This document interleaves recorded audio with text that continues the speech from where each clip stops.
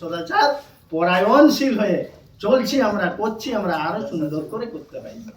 এই যে আজকে ভাবুন, আমরা যারা বসেছি তার যোগ্য সন্তান, সুসন্তান, তার পরিবার আছে বলেই তার নাম সংকীর্তন সৎসঙ্গ এই ব্যবস্থা করলে আমার কি গ্যারান্টি আছে আমার ছেলে মেয়েরা করবে?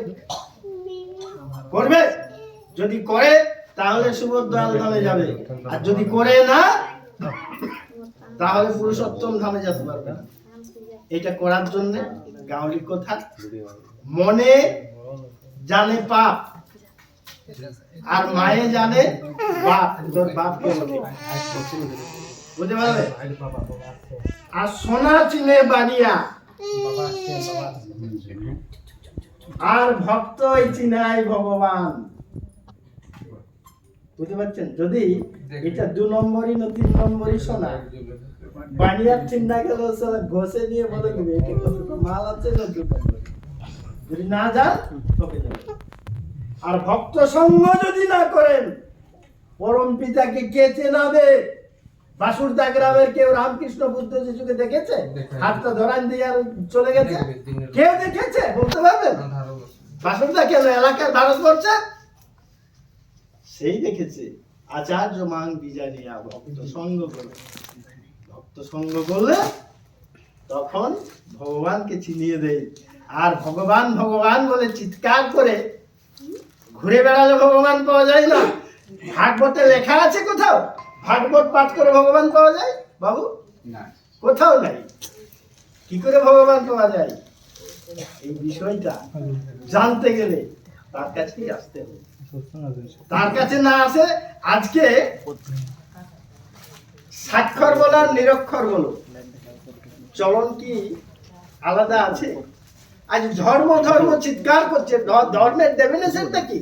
একটা শিক্ষিত লোকের, এডুকেটেড লোকের তো ভাবা দরকার ধর্ম কথাটার অর্থ কি। শালা এডুকেটেড লোকটা ধর্ম বলছে আর গেচাং করে কাটছে। ধর্ম কথাটা কোন ধাতু থেকে উৎপত্তি হয়েছে? তাহলে একটা মূর্খ মনীষ খাটাও যা করছে আর একটা এডুকেটেডও তাই করছে। কি ভাবো? তাহলে কে চেনাবে ধর্মটা কি? ধর্মটা জানতে গেলে, চিনতে গেলে তার কাছে আসতে হবে। আজকে আমাদের পঙ্কজ বাবু যে বিষয়টা হলো, 68 সালে আমার এইরকম একটা ধারণা ছিল। আমাকে বহু হাইকোর্টের বিচারপতিরা এইসব দীক্ষার জন্য বলতো। আমাদের বাড়ি 46 সালের দীক্ষিত, কি হাড়দি যেদিন দীক্ষা হয়েছে না সেই দিনে 46 সালের 22শে ডিসেম্বর মুকেশ বাবু আমাদের বংশী দাদু দিদার দীক্ষা হয়েছে। আমি কিন্তু বেবাধ্য। আমি বলি সারা এই দীক্ষা তো কি সাংঘাতিক ব্যাপার। চলো মাতো লোকের বেটা বান পুকুরলে কি হবে? এছাড়া ঠাকুর অঙ্কুরচন্দ্র দীক্ষা নেই আর সাক্ষাৎ ডিগলা সিদ্ধ খাবো নাকি? সবাই না আমি নেবো না। কলকাতা কারণে যাই। কলকাতা তো ডিএইচএমএস মেডিকেল কলেজের প্রফেসররা লাগিয়ে আছে, আর সবলে বড় জয়মাল্য বাগচির বাবা হাইকোর্টের বিচারপতি। সে আমি বলি আপনারা স্যার বলুন তো আপনার ব্যাপারটা কি? আপনি এত বেতন, এত লোকের থেকে পয়সা দেন, আবার বিকাল বেলা আপনি বামুন বলেই কি এই গরিব মানুষকে শাসন করতে ধান কাপড়টা পরে আর দাঁড়া দাঁড়া আসি 2 পয়সা দিন। সে মানে তার সঙ্গে বিরাট সংঘাত। বিচারপতি আমার বয়স কম তখন, কিন্তু সে বুঝাতে চায় আর আমি বুঝবো না। স্যার শুনেন, আমি এই তত্ত্বটাই বুঝবো না। আপনি তো দীক্ষা নিয়েছেন? বলছে নিয়েছি। আমি লি নাই। তাইলে আমি যে দীক্ষা লি নাই আপনার বাড়তি কটা জিনিস আছে দেখা। বলছে বাড়তি বলতে কি বলতে চাও? বলি আপনি দীক্ষা নিয়েছেন তাও আমার মতনই আছেন, আমি দীক্ষা লি নাই তাও তো আপনার মতন আছি। বলছে তুই কি বলতে চাইছিস? আমি বলি আমার 5টা আঙুল আছে, আপনার দীক্ষা নিয়ে 6টা হলে বলতে আপনার কিছু হয়। ম্যাটারটা কি? দীক্ষার সারাংশটা কি? তো বহু বুঝাবার চেষ্টা করছি, আমি বুঝবোই নাই। বুঝলো?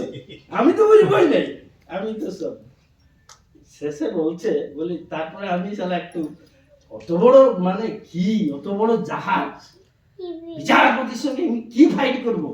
চেংড়া কত। হ্যাঁ, চুপ করে শুনলেন। শোনার পরে বলছে তোমার আর কিছু আছে বাবা? বলি হ্যাঁ আমার গায়ে লাগে স্যার। বলছে কি গায়ে লাগে? বলি মাছ মাংস কাশি দেওয়ার পেঁয়াজ রসুন মাদক চা এগুলো কি সারা জীবন ডিগলা সিজা খেতে হবে? তো বলছে ও তো বেটা কলকাতার লোক, ডিগলা বুঝেই নেই। বললেন না তো বলছে ডিগলে কি বলি, ডিগলে না ডিগলা মানে কুমড়ো। তো বলছে বাবা কুমড়ো সিদ্ধ হয়ে যাচ্ছে আর কিছু নাই? তো বলি না এটাই তো হবে। তো তখন আমাকে বলছে বাবা শোনো, আমি আজ 28 বছর এই চেয়ারটাই আছি, এইখানে মারোয়ারি বলে একটা সম্প্রদায় আছে, পঙ্কজবাবুর কথাটাই ভাসছে। বলছে এইখানে মারোয়ারি বলে একটা সম্প্রদায় আছে, আমি এইখানে এত বিচার করেছি, একটা মারোয়ারি সম্প্রদায়ের লোক খুন করেছে, মারোয়ারি সম্প্রদায়ের লোক চোর হয়েছে, মারোয়ারি সম্প্রদায়ের একটা মহিলা আধার কাটতে গেছে, এইরকম করে করে এক গুচ্ছ আমাকে লিখে দিয়ে দিল। ওরা যায় না, ওরা কেন? বলছে ওরা তো ওই ডিংলাসি যা খায়, মানে মাছ মাংস ডিম পেঁয়াজ রসুন খায়। বলি তার জন্যে আজকে যত মানুষ মহাবেদী বড় রোগ ভোগ করছে, আর যাদের ছেলে মেয়েরা আদাস কাটে চলে যাচ্ছে, বাপ মাইকে ফেলে দিয়ে চলে যাচ্ছে, তারা যারা মদ মাংস পেঁয়াজ রসুন খায় সেই সম্প্রদায়ের লোকেরই। আমাকে তো কাজ করে দিবে।